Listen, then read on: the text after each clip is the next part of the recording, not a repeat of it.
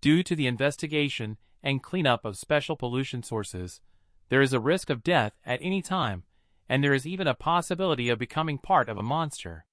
After the Red Moon incident, every normal person deserves to be cherished and protected, including you, of course. What exactly happened to Sister 17? It's what made her develop such an extreme personality of enjoying torturing people. Jing Chen mentioned the risk of joining the Special Pollution Cleanup Department. Xian, after listening, became even more determined to sign up, which surprised Jing Chen. It turns out that Xian, when he was at the orphanage before, was told by the director that after the Red Moon incident, there were fewer and fewer people left in the world. Order collapses. Civilization regresses. If the remaining people continue to fight each other, then we will never be able to return to the past. Although, Xian does not know what his previous life was like. But he feels that what the dean said must be right. Jing Chen smiled after listening and didn't say anything more. Picked up a box from inside the car and handed it to Xian. Opened it and found an ID, a satellite phone, as well as a left-S pistol and 2 boxes of bullets. Jing Chen said the only saved number in the phone is hers. This makes Xian's heart skip a beat. It makes him feel like he's been bought by the female boss. Before leaving, Jing Chen asked him to stay away from pollution incidents. When you return, remember to take good care of yourself. Do not easily use your power. If you encounter trouble, you can directly call her, or use that standard firearm to deal with it. After listening, Xian seems to have some understanding. Jing Chen is afraid that there will be a risk of losing control if he uses power. Walking on the road. Money-minded Xian is already calculating the accounts in his mind. 5,000 fixed every month. There is also 1,000 from the company. Monthly income is 6,000. The reward for eliminating first-tier spiritual monsters is 30,000.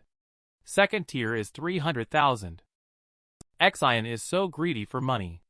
It's all to fund Red Moon Elementary School, and also to cure the girl named Xiao Lu who is sitting in a wheelchair. At this time, Xian's younger sister came to call him home. His parents are waiting for him to come back home for dinner. Xian happened to want to ask 17 to help him work and earn money using his sister's power. His sister didn't see any sincerity in her brother, looking like she was about to leave.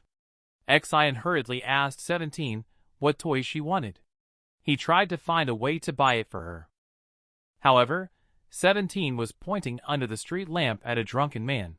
She came to Xian's side and said, "I want that type of toy. I like toys that can move and talk. I like those complete toys. Because only when they are complete can they be torn open and sewn back together again. So much fun." 17's eyes shine brighter as they speak. Their expression carries a hint of eerie excitement. "As long as you give me this, I'll agree to whatever you want." Uh-huh. Xian listened and squatted down.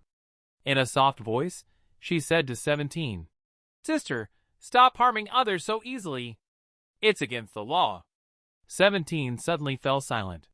"Really? Harming others is against the law? Then why can others harm me?" 17 laughed in a somewhat cruel manner, with a hint of pain in her eyes. "If you don't want me to hurt others, then treat yourself as a toy. It's also okay to let me play with you for a while." Xian didn't respond, nor did he refuse. 17's sharp fingers slowly reached towards his back. The fingertips were delicate and sharply clawed, possessing an invisible power. They represented everything she wanted to tear apart in her heart. 17 stretched out his hand slowly towards Xian's back. The invisible magic in her mind made her want to tear everything apart. She tore open her clothes, gently caressing Xian's back. There was a long scar. It looked particularly ferocious and terrifying.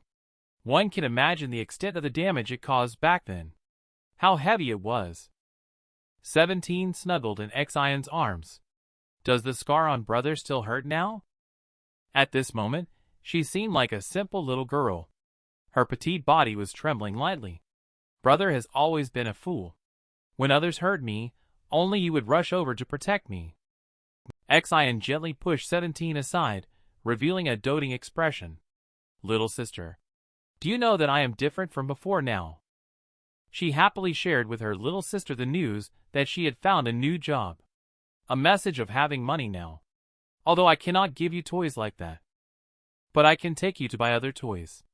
Buy whatever you like. Just tell me what 17 wants to buy, okay? The little sister's tear-stained face broke into a smile. She nodded vigorously, as if she had suddenly forgotten her sadness from earlier. 17 happily held Xian's hand as they arrived at the street. Together, they played with a doll machine at the doll. They bought things from one end of the street to the other. Xian bought everything that his little sister liked. In no time, Xian was carrying a big pile of toys, including the doll. Because others couldn't see 17. Pedestrians on the street commented on Xian's strange actions. The two of them listened but didn't take it seriously. At the same time, they turned around and made a funny face at them. Since the family secret was revealed, Xian no longer cares about the strange looks from others. He took his sister to a bridge by the river. 17 excitedly tore apart the toys one by one, then he scrambled them back together in a mess. She tore them up with gusto, a satisfied expression on her face like never before. Red Moon was happening at the moment.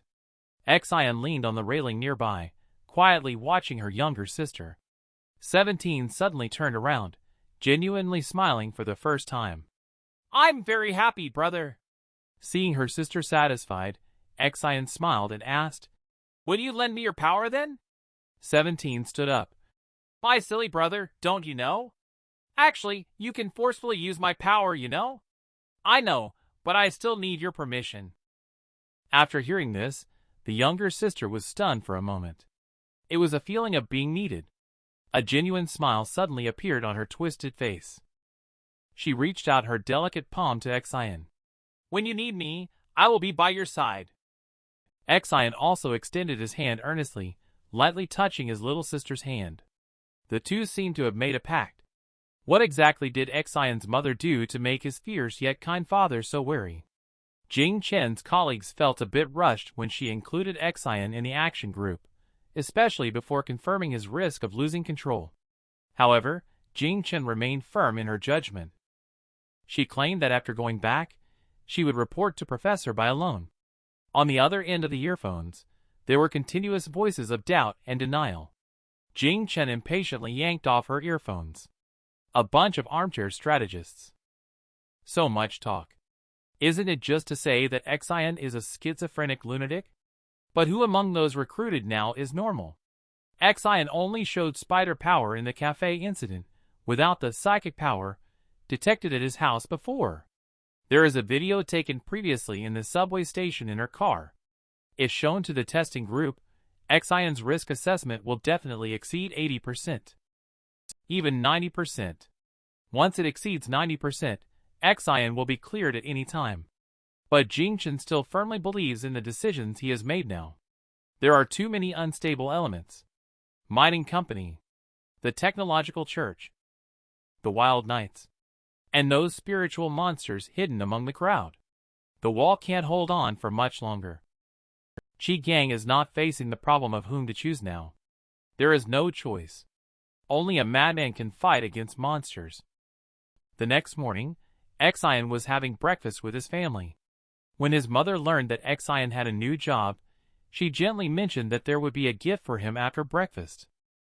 A gift specially prepared for his new job. Dad stepped out of the kitchen at this time. He grumbled as he walked toward Xian. Knowing that he was being used, he still had to rush there. The most useless one is you. You don't even know when you're being fooled. In my opinion, you should just kill them all. Do you know that they almost killed you yesterday? Dad's face was fierce and kind as he pointed at 17. If it wasn't for her, you would have been killed by them long ago. They almost killed you. Why do you still want to help them? Xian thought that his dad was right. What they did at the coffee shop was indeed wrong. But they pay, and they pay a lot. This statement caught his dad off guard, leaving him momentarily speechless. He grabbed Xian's collar in anger. How could there be such a waste like you? Before the fist the size of a casserole dish could strike Exion, it was interrupted by a sudden splash of porridge to the face. It was Exion's mother who threw it. The gentle mother suddenly turned cold and said, "The real waste is you. If it weren't for your incompetence and temper, how could we all end up trapped here?" Dad seems to have been hit in a sore spot. Angry, he shouted out loud. A punch was about to attack Mom. But this time, Mom seemed unwilling to argue with him. She just gently raised 2 fingers. Dad, who was furious, suddenly stopped. "What are you doing with this gesture?" Dad even lowered his voice, looking very cautious. Mom smiled gently. "You understand. So if you're scared, just roll back to me." The angry father finally could only vent his anger at the table in front of him. He went crazy smashing things in the house until it was a mess. Only then did he grumble and retreat back into the kitchen. You would never imagine what happens when a person takes off their glasses. How attractive they can be. Mom found out that Exion is going to work in the action group on the first day. I gracefully helped Exion dress up. Mom, who has a very high aesthetic sense, took a look and still wasn't satisfied. After carefully examining it, she found the problem. He approached softly and gently helped Exion take off her glasses. Exion suddenly looked completely different. Her attractiveness was obviously hidden by the glasses. It seems like Exion is dressing up like this for the first time, and she still feels a bit uncomfortable. Exion gently said thank you to her mom. Just now, she also helped him out of the crowd. Mom smiled at the silly child. "We are all family. There is no need to say thank you. You are so honest and never harm others. But if someone wants to bully you, then our whole family will go find him together." Mom still smiled very gently and considerately. Exion first came to the previous company to work as usual. Then it was time to get off work on time. Colleagues started to discuss. Wasn't he always the one who stayed overtime the latest? This scene happened to be seen by the company chief. After leaving the company, Exion took 17 to patrol the streets. Although Jing Chen told him to wait for instructions and obey commands.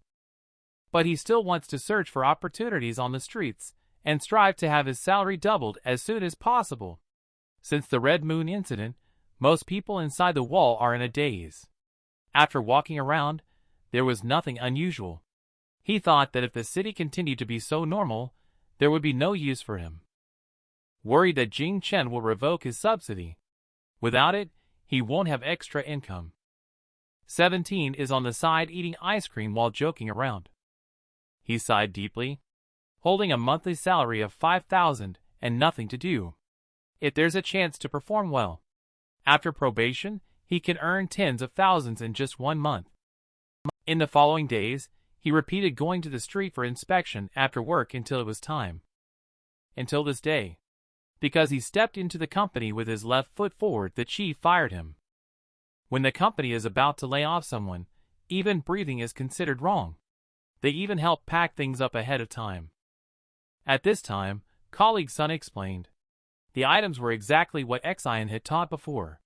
Those were picked up by the newcomer. Xiao Lu, you are too honest. Teaching everything to others. Now others turn around and take your job.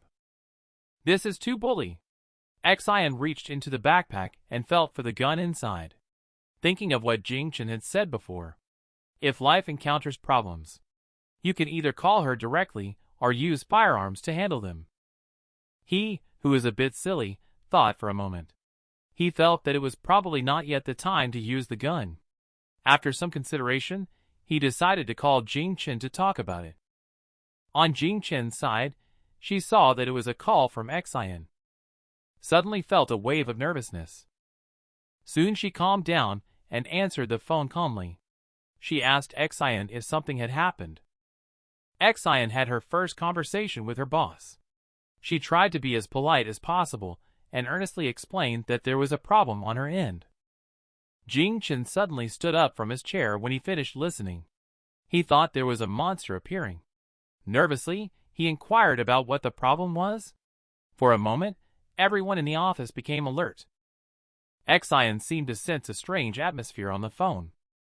Hastily, he explained that he always finished work on time each day, then went patrolling the streets. But suddenly, his company wanted to dismiss him. Jing Chen fell silent as if in death after hearing this. After a while, Jing Chen questioned, "Patrolling?" It wasn't until Exion explained everything that she roughly understood. It turned out it was just for this little matter. Let them have a false alarm. She helplessly supported her forehead and asked Exion to wait for a while. Hang up the phone. Exion thought since Jing Chen asked him to wait for a while, he should be able to help him with it. At this time, 17 slowly approached Exion. "Brother, will that woman really help you? Or let me turn them into toys instead. Is that okay? They dare to bully you. Shouldn't we just kill them all? Mother will definitely be happy to help with this matter. Perhaps father will also help you. Ha ha. Having a strong backer is really good." Seeing Exion being bullied, 17 couldn't help but want to kill them all. 5 minutes ago, Exion was inexplicably dismissed by the chief. In desperation, he made a phone call to Jing Chen. In less than a moment, the chief actually came running to beg Exion to come back, because this matter directly alarmed the people in the main city over there. Even the chairman directly prepared a project, specifically appointing Exion to be in charge. Although Exion doesn't know what happened in the middle, this job is considered saved. Even the one who tried to steal his job, LV Chung, who is also Chief's daughter Xiuqing's boyfriend, had to come before him to apologize. LV Chung still has not changed his thieving ways. Upon hearing that Exion has a new project, he shamelessly asked Exion if he could work on it together. Exion may be confused about other matters, but when it comes to money, he is especially clear-headed. Just look at Chief's expression. This looks like a big project. If it succeeds, there should be a lot of bonuses. He immediately rejected LV Chung. At this moment, the phone in Exion's backpack suddenly rang. Chief heard it, and cleverly walked away. People related to the main city. The background was beyond what he could have imagined. Exion answered the phone. The voice of Jing Chen came from the other end. He knew it was Jing Chen who helped him solve the issue. Exion thanked her. Jing Chen curiously asked Exion why he needed to go on patrol. Apparently, this question made Exion a little surprised. "Isn't spending money on you guys to make me do this? Otherwise, I feel a bit guilty holding on to this money." Jing Chen sighed. "Since you are so enthusiastic about your work." "That's perfect. There is something that needs you to take care of." Jing Chen just had Borgo Technology provide transportation services for Exion's company.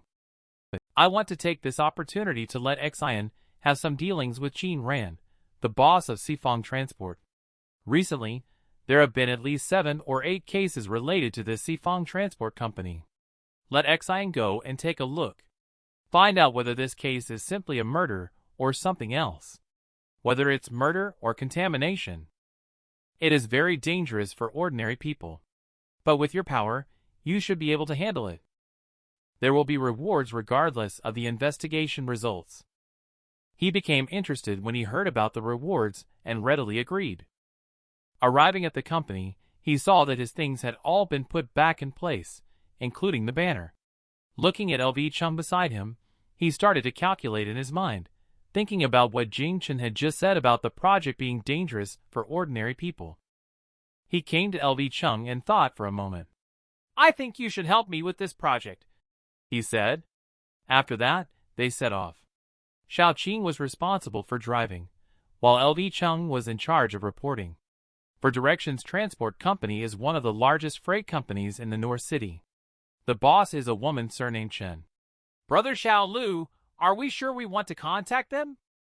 Exion listened and secretly thought to himself.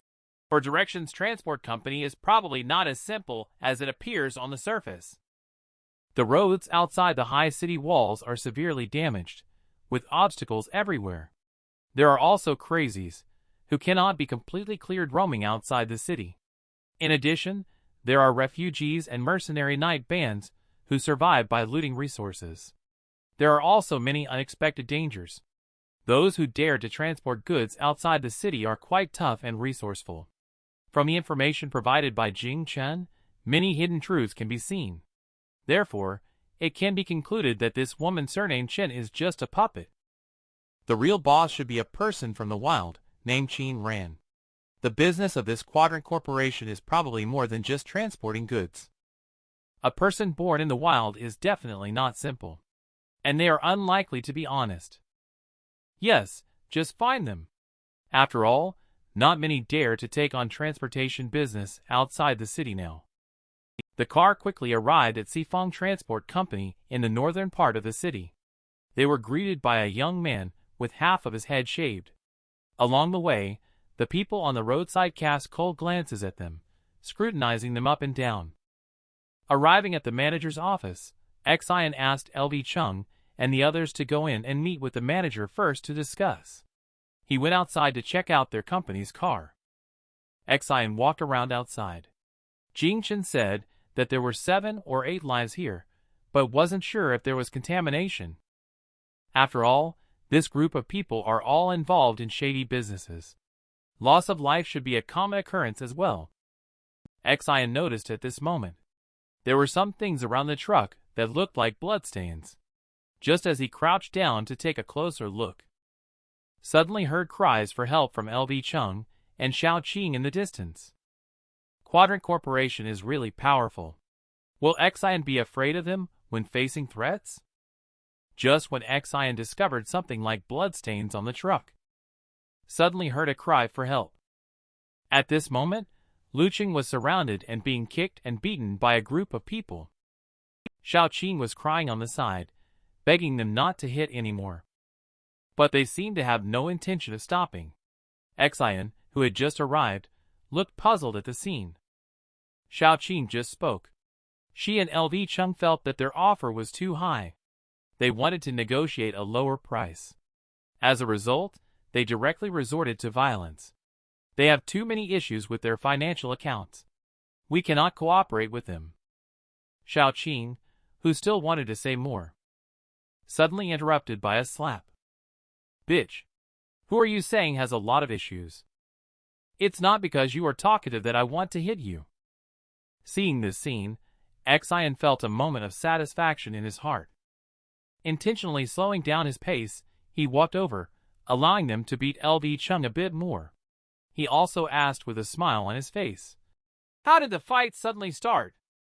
The bald, scar-faced man recognized that Xian was the leader. "You called and said you needed a car. The car and driver were all arranged for you. Now suddenly you are backing out. Do you want to work with us? Everyone is struggling nowadays. If you refuse to cooperate, don't blame us for being impolite." After speaking, he picked up a contract and asked Xian to sign it. "Hurry up, pay the money, and start working. It benefits everyone." Xian was silent for a moment. Then he spoke up. "The contract definitely cannot be signed like this." Unexpectedly, the scar-faced man responded with a cold laugh after hearing this. This young manager has quite a tough head. The people around them walked up with ambiguous smiles, surrounding Xian in the middle. They seemed to be planning to use strong-arm tactics for a forced purchase or sale. Xian remained calm and composed. He drew a revolver from his bag and pointed it at them. The people around were all stunned for a moment. Obviously, no one had expected Xian to have a gun, but immediately after there was a burst of laughter and teasing. No one had expected that there would be someone with a gun inside the building. Some people around have quietly drawn out weapons, daring to do so. They just don't believe that the gun in Xian's hand is real. Instead, they are mocking Xian, saying, "Brother Xian, is your gun even real?" At this moment, a young man with green hair took advantage of the distraction, holding a rusty knife, suddenly charging towards Xian from behind. Alert Xian noticed and without hesitation, pulled the trigger at him. After a gunshot rang out, everyone on the scene was shocked. He dared to shoot. That's a real gun. After firing a shot, Xian immediately turned the gun around, pointing at a woman standing behind the crowd. You all have noticed too. My gun is serious. The woman is precisely the one named Chen. She pushed through the crowd. We also have the gun, just not prepared in advance. This time we admit defeat. Let you go today. If you dare to open fire in the wall where firearms are strictly monitored, if the guards don't catch you, we'll meet again in the Jianghu. On the side, LV Chung and Xiao Qing were terrified, and their legs went weak when they saw Xian fire the gun. However, Xian had no intention of leaving. I'm not going. We haven't finished our business yet, he said. The woman surnamed Chen was stunned. At this moment, you still want to discuss business with me? Xian smiled. Yes, but we need to negotiate the price. It can't be that whatever you say goes. It has to be fair. At that moment, a man with a face full of stubble and a cigarette dangling from his mouth slowly pushed through the crowd and walked out. Dare to point at my woman and talk business with me. This is the first time I've encountered this. He stared straight at Xian with his eyes. This person is Qin Ran. Qin Ran dares to point a gun at Xian. 17, the younger sister, does not agree. Xian just insisted on staying and refused to leave. She wanted to continue talking about business. Suddenly, a tall and sturdy man appeared in the field. It was Qin Ran, the boss behind the Four Corners Transport Company. Seeing Qin Ran, people around inexplicably tensed up and subconsciously lowered their heads. The woman surnamed Chen wanted to say something else, but Qin Ran waved her off, indicating that she didn't need to speak. He waved to Xian in front of him. Put down the gun. I'm not looking for trouble from you today. Later, he called Xian to go to his office to talk. Just as they entered the office, Qin Ran started eating and drinking without paying attention to anyone else. Xian did not rush to speak either. Subconsciously, he looked at how much Qin was eating, which was quite a lot. There is a food shortage outside the city. Hunger is a common state for people in the wilderness. They can only achieve warmth and satiety by coming to the wall. Coming here means less trouble. Everyone follows the rules. Let's give in to each other. Then, everyone can continue to live on, right? Xian dares to do business with guns inside the wall. It seems not simple. Don't beat around the bush. Ask directly who sent you. What is your purpose? Xian is not hiding anything. He took out the information given by Jing Chen. Are you Qin Ran? Have you encountered some strange things? Qin Ran thought that those strange things were accounted for by Xian. He angrily pulled out his gun and aimed it at Xian, saying, What are you trying to do? If you don't speak up, I will blow you up today. At this moment, a dark figure appeared silently in the sky with a playful laugh. It was 17, who came up behind Qin Ran, revealing a hint of a sinister smile. Jing Chen instructed Xian to investigate Qin Ran. However, he did not mention how to conduct the investigation. The most time-saving and efficient method is to get straight to the point. He told Qin Ran that it was not him who plotted against him. I am here to investigate if you have had any recent issues. Investigate my issues? Are you from the Ministry of Public Security? At this moment, Qin Ran's eyes looked exceptionally fierce. His spirit was also on the verge of collapse. Thinking that now couldn't stimulate him. Otherwise, there's no guarantee that he won't really shoot. Xian hurriedly said he is not. Let Qin Ran not be nervous. Later, he also glanced at 17. 17 received it. Suddenly, he reached out and pulled Qin Ran's hand. Qin Ran was caught off guard. The gun in his hand slipped away at once. It flew straight towards Xian. This sudden scene made Qin Ran break out in a cold sweat, nervously looking around, but not seeing anyone. Then he stared firmly at Xian. How did you do it? His voice was trembling. Xian smiled and said, Don't ask anymore. Even if you ask, you won't be able to learn it. Can you tell me now? Have you encountered anything strange? If you need, I can remind you. For example, those several lives. Faced with a calm Xian Qin Ran sitting in front of him, He felt inexplicably flustered by the questions. This kid looks honest and straightforward, but why is his presence so strong? Moreover, Xian took the gun as well, making him nervous. But after the panic subsided, he gradually became excited. Fuck. It turns out someone understands these things. I knew I couldn't be the only one encountering them.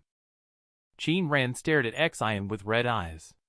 I encountered someone seeking revenge on me. And it's no ordinary revenge. It's the kind of revenge that no one would believe if I told them. He is indeed involved in more than just the transportation business. He is into all sorts of shady dealings. It all started with a transaction involving a packet of Little Bear pills that day. He was trading with a person named Chui Wang from the western part of the city at the time. But on that day, unexpectedly, Chui Wang showed up alone for the transaction. He, Qin Ran, is not a good person either. He directly took advantage of Chui Wang, engaging in unethical activities. He even dismembered Chui Wang into pieces and fed them to wild dogs. But he didn't expect. The next day, a woman suddenly appeared. Qin Ran did not know her, but she claimed to be called Chui Wang. She demanded Qin Ran to pay with his life. However, Qin Ran had no idea what this woman was up to. He mistakenly thought she was Chui Wang's lover and ended up killing her. The corpse was lying right there in that block of cement. I sent someone to check. It turns out that woman is from the South City.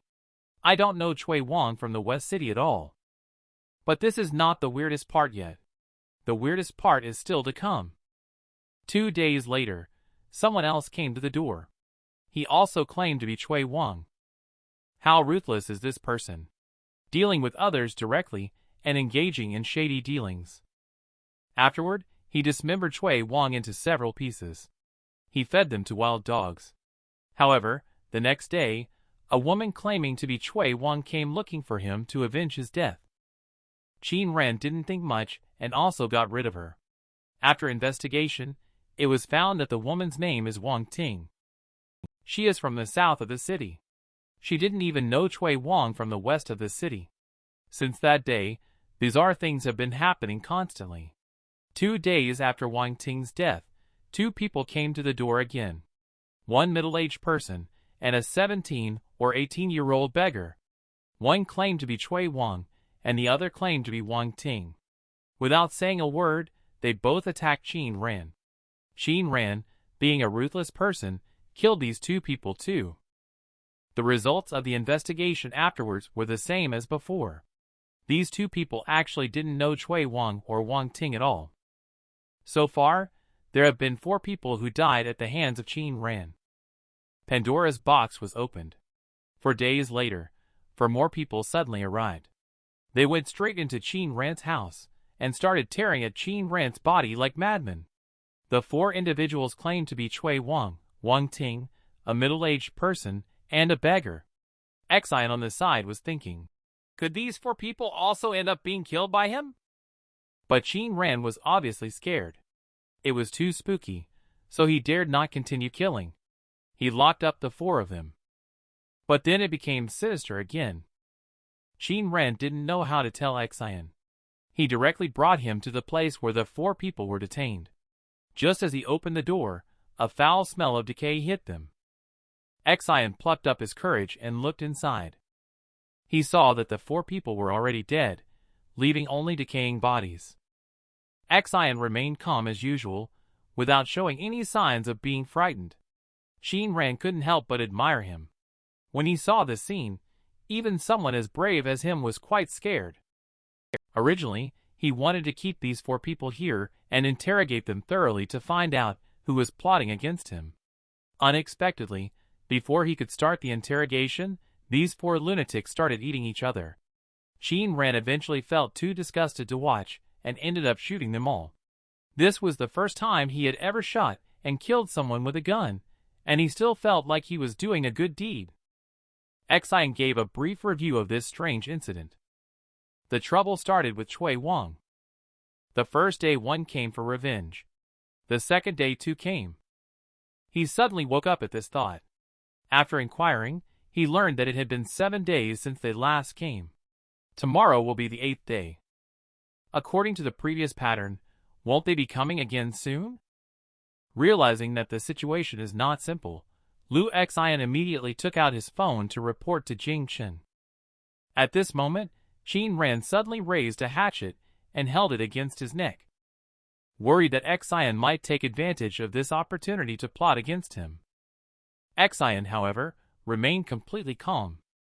He expressed that he could leave at any time. But what about you, Qin Ran? If 4 of them come, you're not afraid. If 8 come, you're not afraid. What about 16 of them?